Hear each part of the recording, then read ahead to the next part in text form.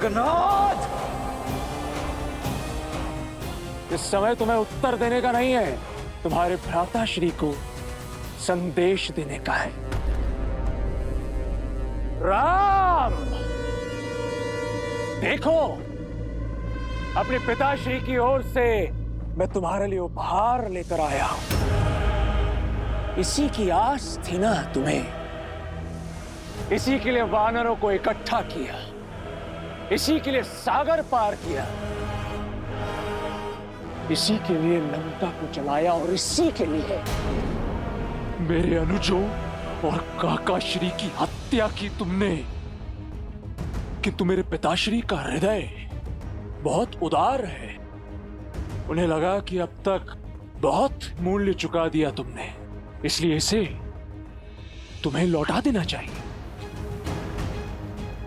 तो कहो राम, क्या तुम सज्ज हो अपनी सीता को स्वीकारने के लिए?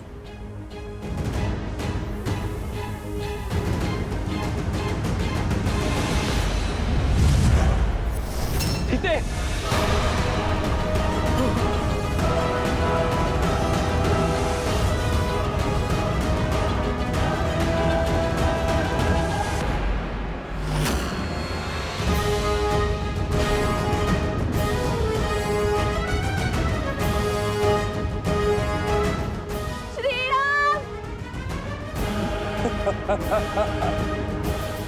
इतने से भयभीत हो गए तो फिर सीता के संहार का दंश कैसे सहोगे राम?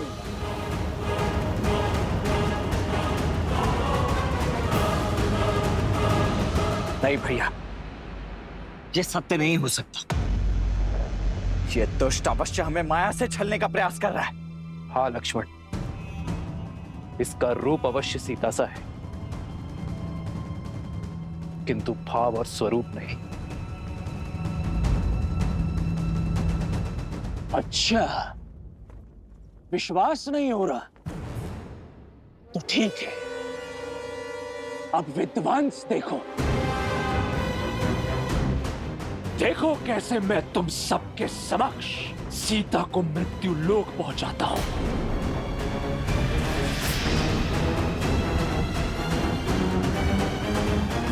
मैं आप ही की सीता हूँ श्री राम।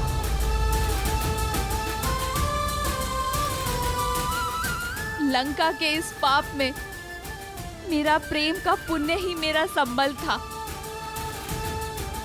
जब ये दुष्ट मुझे युद्ध भूमि की ओर ला रहा था, तब मेरे मन में भय नहीं, विश्वास था, आभार था आप सबके प्रति। युद्ध भूमि में असुरों का संहार करने वाली वानर सेना, धन्यवाद। मेरे श्री राम का संकेत मुझ तक पहुंचाने वाला हनुमान, मेरी बुझी हुई आस का दीपक प्रज्वलित करने वाला हनुमान, धन्यवाद।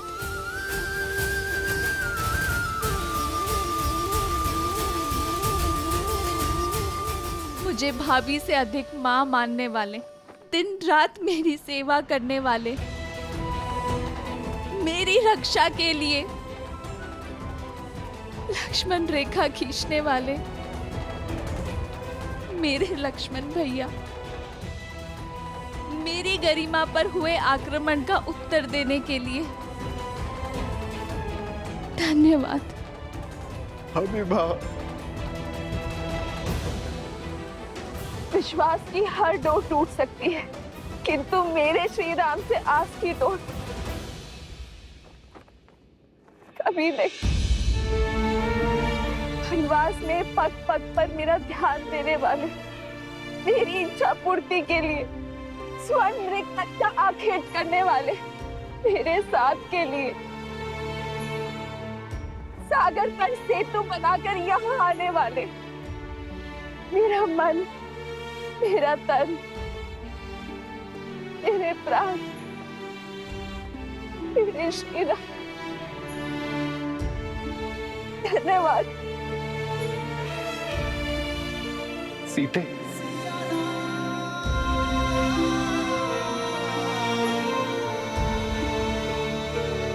कदाचित नियति का यही लेख है आर्य। ना मैंने स्वर्ण मृग का हट किया होता, ना मैंने लक्ष्मण रेखा को पार करने का पाप किया होता, ना मेरे कारण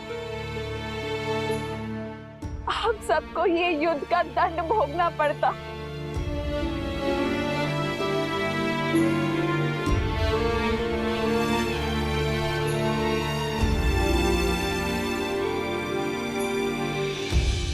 मुझे वन में भी महलों का सुख देने के लिए धन्यवाद श्रीराम।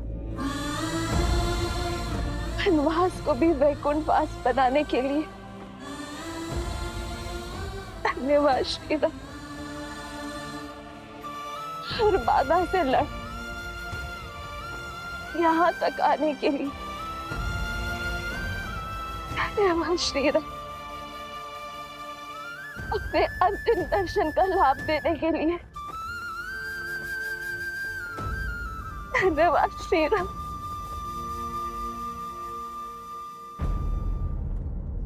समय आ गया है। भूमि से उत्पन्न हुई भूमिजा एक बार पुनः भूमि में मिल जाएगी। मेरा काटना असंभव हो रहा था मेरे लिए श्रीराम। मृत्यु का ये मार्ग मेरा उद्धार है। नहीं सीते,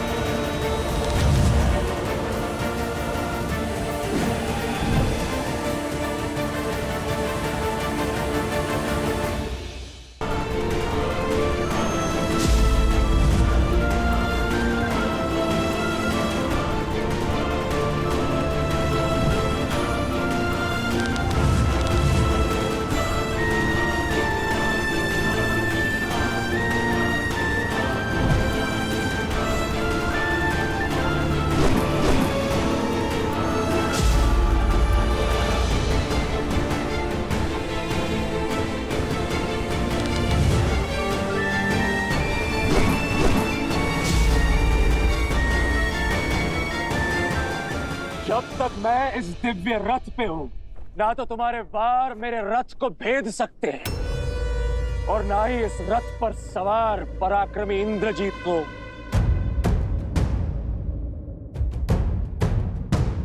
जिन्हें पराक्रम का साथ होता है वो नीचता का हाथ नहीं थामते मेघनाद। एक स्त्री के गर्दन पर शस्त्र रखने के बाद इंद्रजीत कहलाने का अधिकार भी खो चुके हो तुम। एक देवी के उपासक को उनके आशीष की शक्ति से एक युक्त योद्धा को एक निहत्थी स्त्री पर बल का प्रयोग करना शोभा नहीं देता। निहत्थी स्त्री मेरी बुआ शूर्पनखा भी थी। उनके अंग भंग कर दिए तुमने, तब तुम्हारे मन में यह विचार नहीं आया? इंद्रजीत, वो शूर्पनखा के पाप का दंड था, इसीलिए धर्म था, किंतु तुम ये अधर्म कर रहे हो। एक भाई के धर्म का परित्याग करने वाले, जाति और देश धर्म से विद्रोह करने वाले आप जैसे विश्वासघाती के मुख से धर्म की बातें शोभा नहीं देती काकाश्री। लंका और लंकेश के लिए युद्ध का केवल एक ही नियम है, विजय। और उसके लिए शत्रु पर वहां प्रहार करना होता है जहां पर उससे सबसे अधिक पीड़ा हो। मैं भी वही कर रहा हूं। अपने शत्रु के नेत्रों के समक्ष उसके संबल पर, उसके बल, उसकी आशा, उसका सब कुछ तोड़कर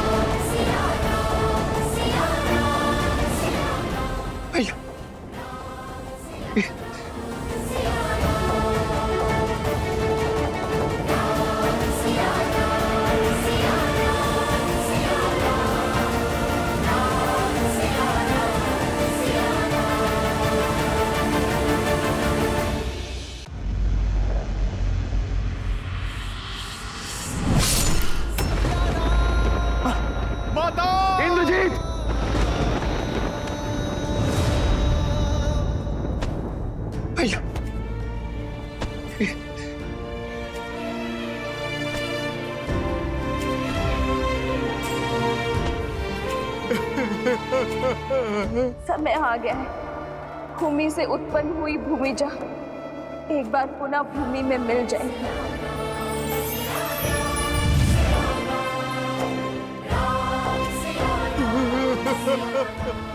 अब सीता की मृत्यु उस विश्वास, उस उद्देश्य का अंत करेगी जिसे लेकर राम आगे बढ़ रहा है।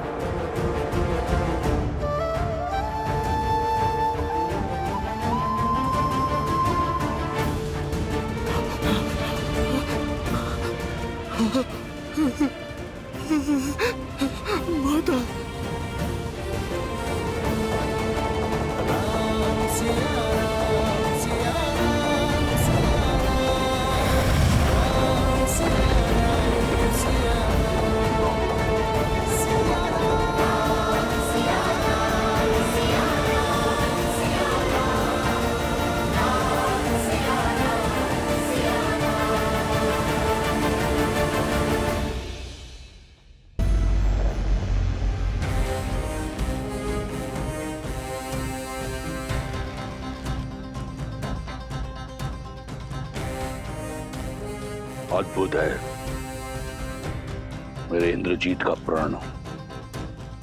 कैसा लग रहा है संसार के सबसे शक्तिशाली सिंहासन पर बैठकर? जानता था मैं कि तुम असंभव को संभव करने की क्षमता रखते हो। तुम इस सिंहासन पर बैठने योग्य हो। आपका विश्वास उचित था पिताश्री। मेरी एक फुफकार ने राम और उसकी सेना के उद्देश्य और उसकी आस के सभी दीपक बुझा दिए। अब समय फुफकार का नहीं, हुंकार का है। राम और उसके मरकटों की सेना का मन और बल दोनों क्षीण है। उन पर जीत प्राप्त करना सरल होगा। तुम पुनः निकुंबला देवी के गुफा में जाओ और अपना अनुष्ठान पूर्ण करो। ऐसा विजय अस्त्र पाओ जिसके एक वार से राम और उसके मरकटों की सेना का नाश हो जाए। आप निश्चिंत रहिए पिताश्री। अब राम और उसकी सेना का अंत आपका पुत्र सुनिश्चित करेगा।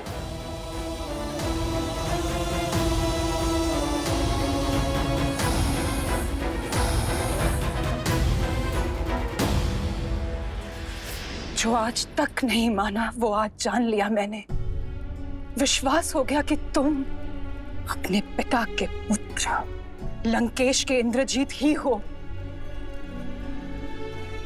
मेरे मेघनाथ नहीं हो तुम, नहीं हो तुम मेरे मेघनाथ। मंदोदरी,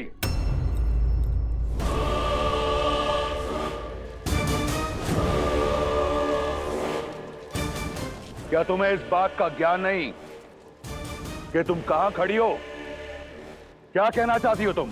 यही कि आज जान गई हूं लंकेश, अपनी जीत का डंका बजाने के लिए आप ही नहीं, आपका पुत्र भी मर्यादा की हर सीमा को लांघ सकता है। तुम अपनी मर्यादा की सीमा मत लांघो और मेरे पुत्र और उसके विजय के पथ में बाधा मत डालो। ये जानते हुए भी कि इस माँ की आंखें अपने पुत्र को अंतिम बार देख रही हैं। मंदोदरी, स्मरण रहे कि तुम एक माता हो। यदि अपने पुत्र को विजयी भव का आशीर्वाद नहीं दे सकती तो उसे अभिशाप भी मत दो।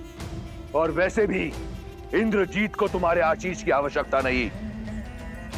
जाओ पुत्र, किसी को हो ना हो, मुझे तुम पर पूर्ण विश्वास है कि अगली बार भी तुम राम और उसके मरकटों की सेना को धूल चटा दोगे। जाओ और पूर्ण करो अपना अनुष्ठान। विजयी भवा। मेघनाथ,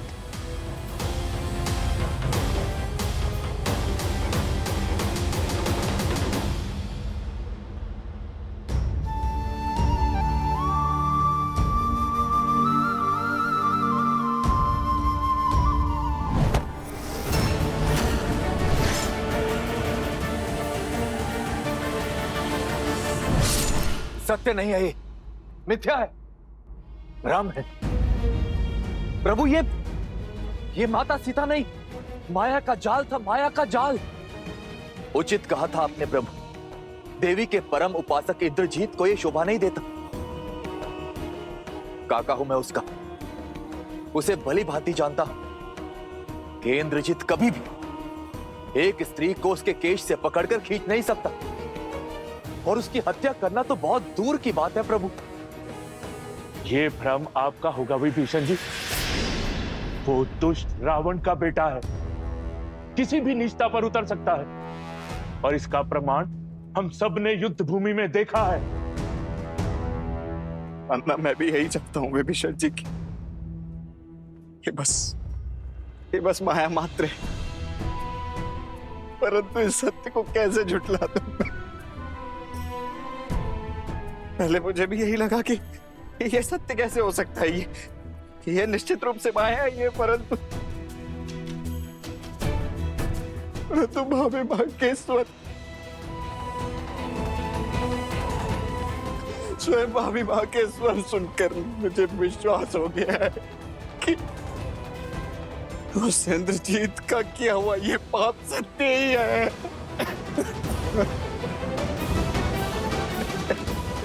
लक्ष्मण जी, इंद्रजीत ने माया से केवल माता सीता के रूप को ही नहीं, उनके स्वरूप, उनके भावों को भी स्वयं में सम्मिलित कर लिया है। और आप भी सोचिए प्रभु, जिस रावण ने माता सीता के लिए अपने योद्धाओं की बलि चढ़ाई, अपने भाई का अंत होने दिया, अपने पुत्र को खोया, क्या वो अकस्मात माता सीता को जाने देगा? नहीं प्रभु, नहीं। मैं बचपन से अपने भाई को जानता हूं। रावण भैया अपने प्राण दे देंगे, किंतु माता सीता पर आंच नहीं आने देंगे। वो केवल एक मायावी रूप था प्रभु, और कुछ नहीं।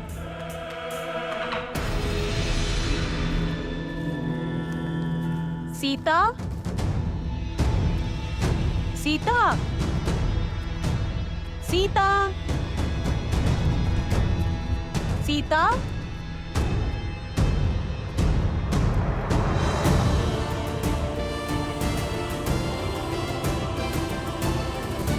सीता,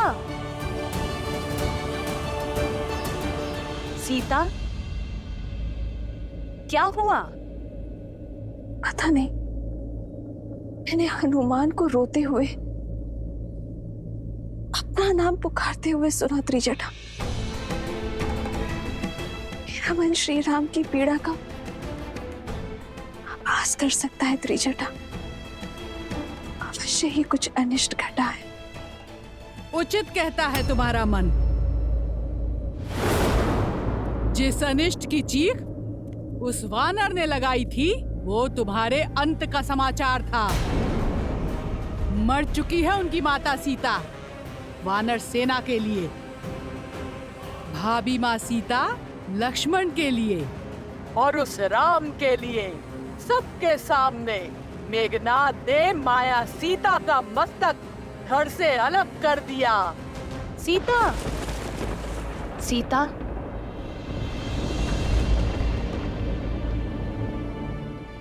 आज उनके सामने जो घटना हुई, उसे देखकर कितनी पीड़ा में होंगे मेरे श्री राम।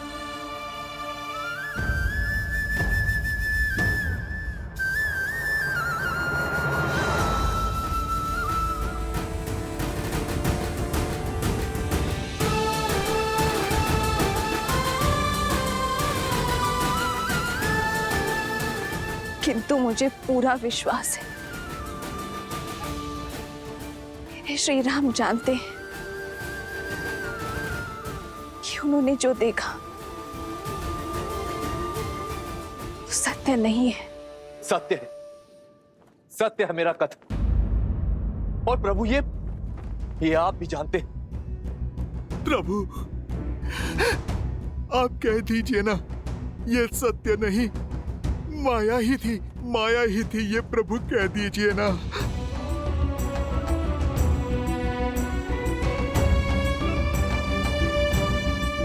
हाँ भाई,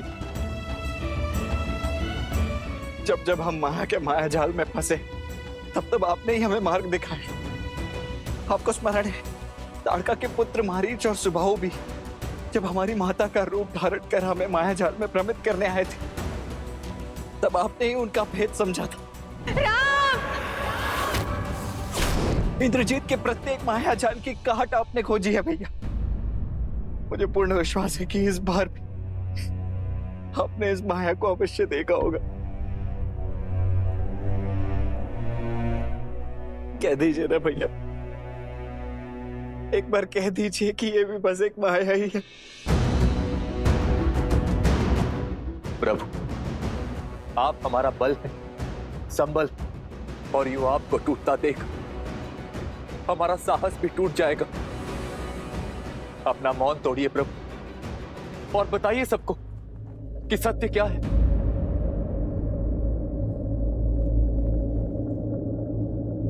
वो माया ही थी।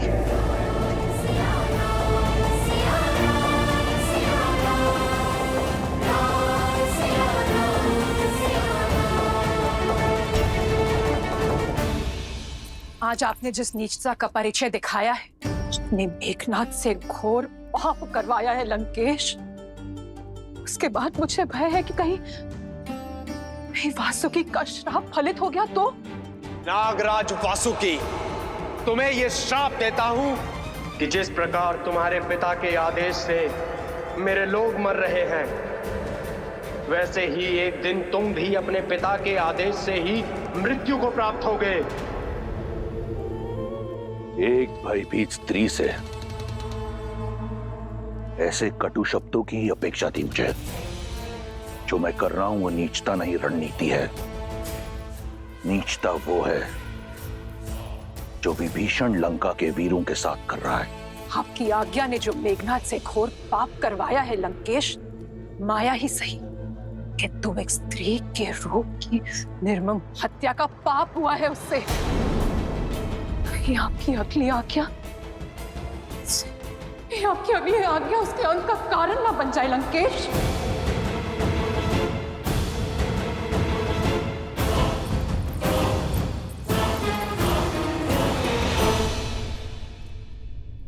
हाँ, वो माया ही थी, किंतु मेरी सीता को मायावी रूप में ही सही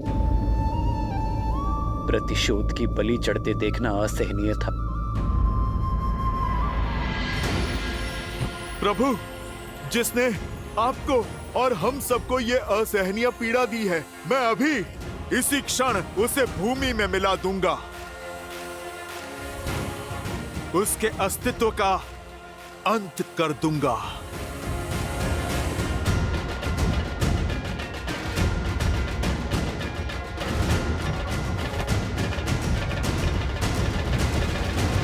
उचित का हनुमान तुमने, अंत आवश्यक है। इंद्रजीत ने अपने कर्म से अपनी मृत्यु का मार्ग निश्चित कर लिया है। नीति और शास्त्र के अनुसार इस माया के दुरुपयोग से उसने कमाया हर तप और पुण्य खो दिया है।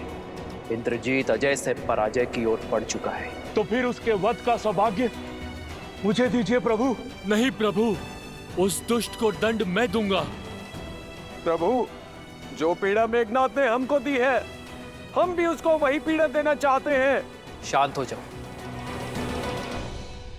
और इसी क्रोध को अपनी शक्ति बनाओ, दुर्बलता नहीं। चाहे जो भी हो, ये कम नहीं होनी चाहिए। इंद्रजीत का सामना करने के लिए यही भाव हमारी शक्ति बनेगी। क्रोध और घृणा मेरे भीतर अग्नि बनकर मुझे भीतर से जला रही है भैया। अब आज्ञा देकर इस अग्नि को उस इंद्रजीत के अस्तित्व को जलाने दीजिए भैया। अपने अनुज को उस उद्दंडी को दंड देने दीजिए भैया। यही होता है सच्चा प्रेम। श्री राम जानते थे कि वो माया सीता है, फिर भी माया रूप में सीता की पीड़ा और उनका अपमान देखकर उन्हें भी पीड़ा हुई। पीड़ा तो होनी ही थी देवी, क्योंकि जिससे हम सच्चा प्रेम करते हैं, यदि उसे कष्ट पहुंचाया जाए तो हमें पीड़ा होना स्वाभाविक है। इसीलिए ये घटना उन्हें सत्य की भांति कचोट गई, और ये सत्य ही बनेगा मेघनाद के अंत का कारण। क्योंकि माया रूप में ही सही, परंतु एक स्त्री के साथ किया गया अमर्यादित व्यवहार अक्षम्य अपराध है, पाप है। समय आ गया है देवी, श्री राम के बल को तोड़ने का प्रयास करने वाले रावण के संबल के टूटने का, उसके सबसे प्रिय, सबसे शक्तिशाली अस्त्र, उसके पुत्र मेघनाद के उससे छिनने का, श्री राम के विजय रथ तले रावण के अहंकार के कुचले जाने का। मेघनाद से घोर पाप करवाया है लंकेश। उसके बाद मुझे भय है कि कहीं वासुकी का श्राप फलित हो गया तो। कुंभ, मैं जितना रावण को जान पाया, यह योजना उसी की है। पहले इंद्रजीत को भेजा हमारा साहस तोड़ने के लिए, और अब हमारा टूटा हुआ मनोबल मिट्टी में मिलाने के लिए। वो एक नया प्रहार करेगा। इंद्रजीत को अगले उद्देश्य के लिए भेज चुका होगा वो। ठीक कहा प्रभु, अवश्य ही इंद्रजीत निकुंबला देवी के यज्ञ में बैठ चुका होगा।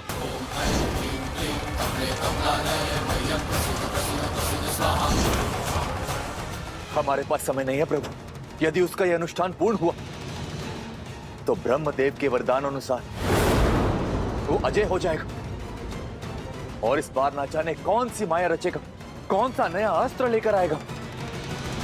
अर्थात हमें उसकी पूजा रोकनी होगी, उसके अनुष्ठान को भंग करना होगा।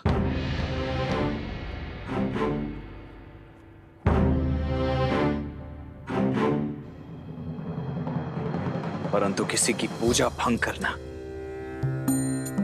उसमें व्यवधान डालना अधर्म है, राक्षसी कर्म है। यही सोच रहे हैं ना आप भैया?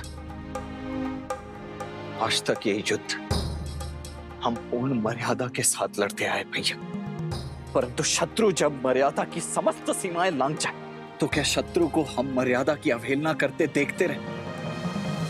गरिमा को तार तार होते ताकते रहेंगे? धर्म को रोकने के लिए अधर्म का बल अर्जित कर रहा है वो भैया। इंद्रजीत की पूजा निश्चित रूप से हमारे उद्देश्य को, धर्म के पथ को धूमिल कर रही है, और हमें उसे रोकना ही होगा भैया। भैया वो पूजा अधर्म की स्थापना के लिए हो रही है, इसलिए उसे भंग करना ही धर्म है। अपने पिता महाबली कुंभकर्ण की हत्या का प्रतिशोध लेने के लिए मेरी भुजाएं तिलमिला रही हैं महाराज। मैं और मेरे सेनापति सज्ज खड़े हैं अपने शस्त्रों के साथ। तो जाओ, निकुंबला क्षेत्र की सुरक्षा बढ़ाओ।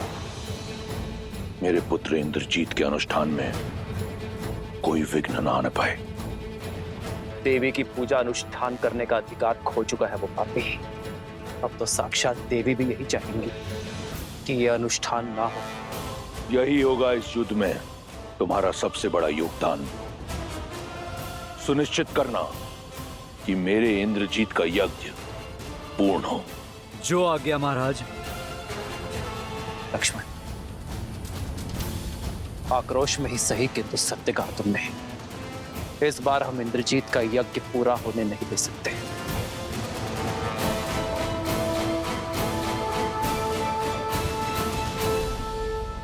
ओम ह्रीं निकुंबले सर्वशत्रुस्तंभ्य बाध्य बाध्य पाठ।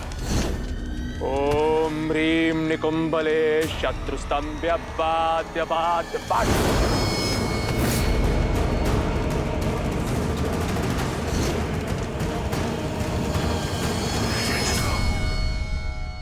एक बार निकुंबला स्रोत का जाप कर इंद्रजीत ने 108 आहुतियां दे दी तो वो अजय होगा। युद्ध में उसे कोई मार नहीं पाएगा। हमें उसकी आहुतियां पूर्ण होने से पहले इस यज्ञ को भंग करना होगा। ओम ह्रीं निकुंभले सर्वशत्रुस्तंभ्यवाद्य फट। विभीषण जी, आप केवल उस दुष्ट तक पहुंचने का मार्ग बताइए। उसके लिए 3 पड़ाव पार करने होंगे। सबसे पहले प्रेत घाटी पार करनी होगी, जिसकी सुरक्षा स्वयं भूत प्रेत करते हैं।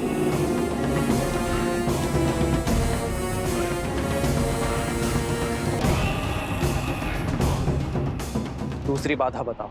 मायावी गुफा मार्ग, किंतु वहां जाने का अर्थ केवल मृत्यु है।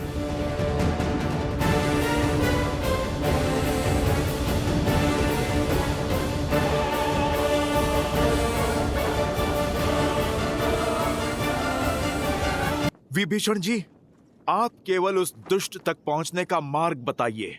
उसके लिए 3 पड़ाव पार करने होंगे। सबसे पहले प्रेत घाटी पार करनी होगी, जिसकी सुरक्षा स्वयं भूत प्रेत करते हैं।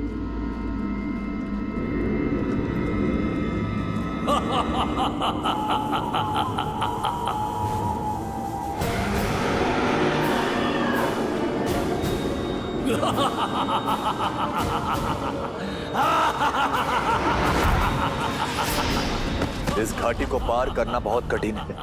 ये प्रेत अस्त्र से तन पर नहीं, भय से मन पर प्रहार करते हैं, और जो भी भीतर जाता है उसे तार तार कर देते हैं। पिशाचों का अंत करने वाला महावीर अब प्रेतों से भी हमारी रक्षा करेगा। हनुमान, सर्वप्रथम प्रेत घाटी में तुम ही प्रवेश करोगे।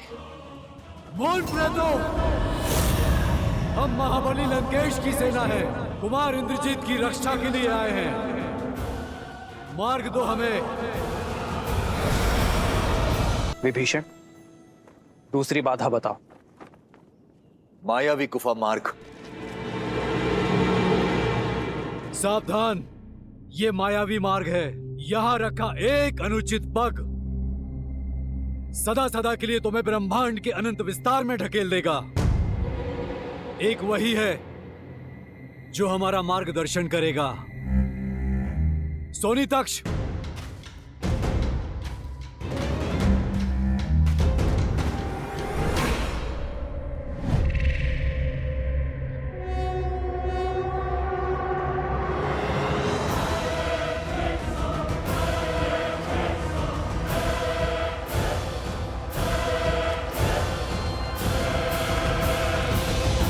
जब माया रूपी अंधकार पग फैलाती है तो ज्ञान रूपी प्रकाश ही मार्ग दिखाता है। लक्ष्मण की दृष्टि सजग है। वनवास में सदैव उसने हमारा मार्गदर्शन किया है। लक्ष्मण, माया रूपी भंवर से तुम ही हमें उभारोगे, तुम ही वहां हमारा नेतृत्व करोगे। विभीषण, तीसरी बाधा बताओ। अंतिम पड़ाव तो सबसे कठिन होगा प्रभु, उसकी बागडोर मुझे संभालने दीजिए। आगे केवल एक वाटिका है, वट वाटिका, जहां ना कोई पहरा है और ना ही संकट, क्योंकि आज तक कोई भी पहला चरण प्रेत घाटी पार कर ही नहीं पाया। साधारण सी वाटिका और सामने निकुंभला मंदिर की गुफा, वहां कोई पहरा नहीं। इस वाटिका में कभी पहरा नहीं दिया गया, किंतु आज दिया जाएगा। यदि शत्रु दोनों बाधाएं पार कर यहां पहुंच भी आया तो बचकर नहीं जा पाएगा। घुसना तो दूर, हमारे निकुंभला मंदिर में कोई झांक ना पाए। हमारे भाई इंद्रजीत का अनुष्ठान भंग नहीं होना चाहिए। ओम ह्रीं निकुंभले शत्रुस्तंभ्यवाद्य फट। किंतु यहां पहुंचने के बाद भी एक दुविधा है। जब तक इंद्रजीत भीतर, तब तक कोई भी उस गुफा में नहीं जा सकता, क्योंकि उस गुफा का द्वार उसकी मायावी शक्ति से सुरक्षित है और इंद्रजीत के बाहर निकले बिना उसके यज्ञ को भंग नहीं किया जा सकता। और इंद्रजीत यज्ञ को पूर्ण किए बिना बाहर नहीं आएगा। राम काज में भला कैसी चिंता, एक बार तीनों पड़ाव पार हो जाए फिर यज्ञ भंग करने का समाधान भी खोज लेंगे। किंतु ध्यान रहे, इस यज्ञ को भंग करना जितना आवश्यक है, देवी मां की मर्यादा और गरिमा को बनाए रखना, उनका सम्मान करना उतना ही आवश्यक है। उन्हें ठेस नहीं लगनी चाहिए। इस धर्म युद्ध में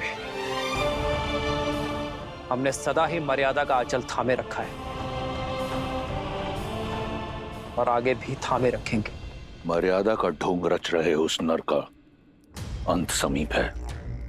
तुम व्यर्थ इतनी चिंता करती हो। मेरा मेघनाद इंद्र की सेना को अकेला परास्त करने की क्षमता रखता है। जिस तक पहुंचने का मार्ग इतना दुर्गम है, उसका द्वारपाल मेरे कुंभकर्ण का पुत्र वीर कुंभ है। माया में निपुण मेरे इंद्रजीत तक वनवासी या उसकी वानर सेना नहीं पहुंच पाएगी। यही अभिमान जो आपको अक्षय कुमार पर था, भ्राता कुंभकर्ण और सेनापति प्रहस्त पर भी था लंकेश। पर सबको काल की गोद में सुला दिया उन नरों और तुच्छ वानरों ने। मौन हो जाओ मंदोदरी। तुम्हारे मुख से केवल अशुभ शब्द निकलते हैं। अनिष्ट के जो संकेत को मैं देख पा रही हूँ लंकेश, उसे आप क्यों नहीं देख पा रहे? तुम जाओ यहां से। स्वयं तो चिंतित हो ही, मेरी भी चिंता बढ़ाओगी। महाराज, चिंता की बात है महाराज। सब लोग ये जान गए हैं कि कुमार इंद्रजीत ने माया सीता का वध किया है। अब भी समय है लंकेश, युद्ध रोक दीजिए। पहले उनके प्रहार में केवल साहस था, किंतु अब क्रोध भी होगा। क्रोध, क्रोध की परिभाषा अब उन्हें खर का पुत्र मकरक सिखाएगा, जो इतने समय से अपने पिता के वध का प्रतिशोध लेने की प्रतीक्षा कर रहा है। मकराक्ष,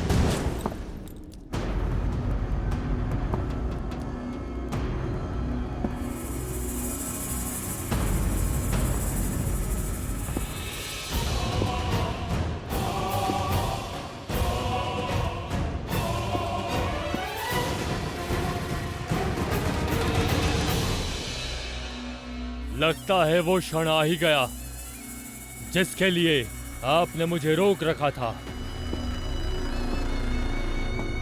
अच्छा लगा ये देखकर कि तुम्हें अपने पिता खर और चाचा दूषण का अंत स्मरण है। जाओ, जाकर ले लो खर और दूषण की मृत्यु का प्रतिशोध। काल बनकर बरसो उस नर और उसकी मरकटों की सेना पर।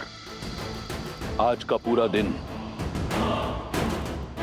उन्हें अपने वार के बाणों से व्यस्त रखना और स्मरण रहे, यदि अवसर मिले तो उन दोनों वनवासी भाइयों का अंत कर देना, उन्हें मृत्यु के घाट उतार देना। आप निश्चिंत रहिए प्रभु। उनकी धमनियों में बहता साहस और क्रोध उनके रक्त